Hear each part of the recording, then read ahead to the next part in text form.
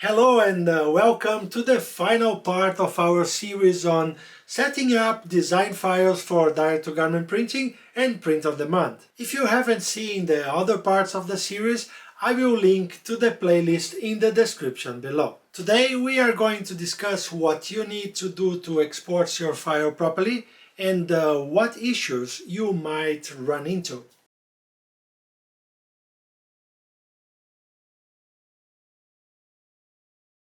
Hi everyone, I'm Everson with DTG Merch, where we talk about everything you need to know to run a successful t-shirt business.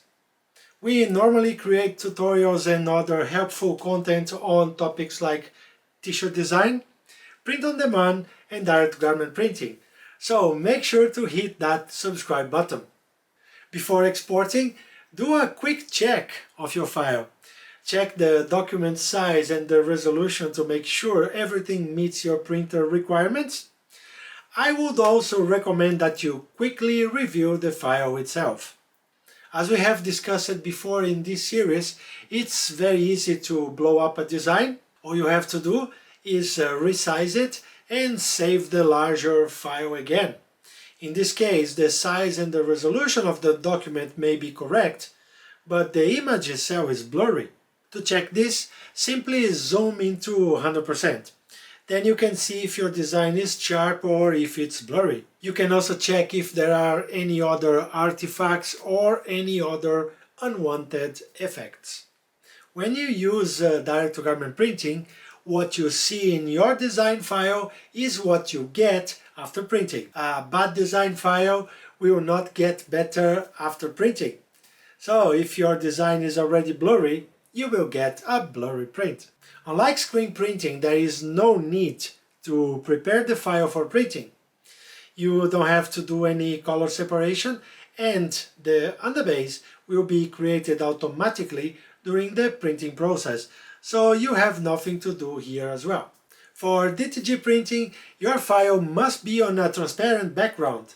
Check if your design has a background layer, and if so, make sure to disable it before exporting. When you export a file, make sure to use a file format that can handle transparency. It's always best to stick to your printer's requirements. Here we have a word of warning for you. Please avoid JPEG unless your design is going to be printed on a white t-shirt. JPEGs cannot handle transparency, and as soon as you save it, it will replace every transparent pixel with white. If you don't have the file saved before, that can destroy a lot of work in an instant because it cannot be undone. Another thing you need to do is embed the color profile. This is usually done in the export dialog, so make sure to check that checkbox. There are two common problems we run into after exporting a file, especially when we try to upload it to print-on-demand platforms. The first one is typical for Merch by Amazon, where it tells you that your PNG file is invalid even though everything is correct. We still don't know why this is happening, but we already made a video discussing a couple of solutions that work for us.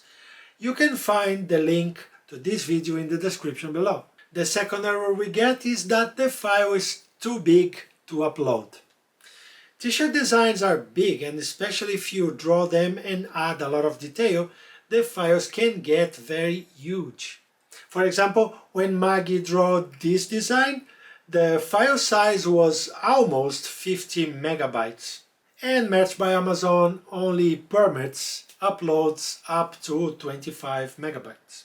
In case like this, you will need to compress the file, and there are many ways to do this. For example, if you are exporting from Photoshop, you can export it as a PNG and choose the highest compression rate. There are also sites on the internet where you can upload your design and they will compress it for you. Just make sure to check the quality of your design afterwards. So, that's it. We come to the end of our series. We hope you have gotten some helpful information that will help you create better print files and be successful with your print-on-demand business. And if you have any more questions or suggestions, please leave them in the comments below. We will love to hear from you. Did you enjoy this video? So maybe you also like one of the videos linked on the screen. Thanks for watching, all the best, and I see you in the next video.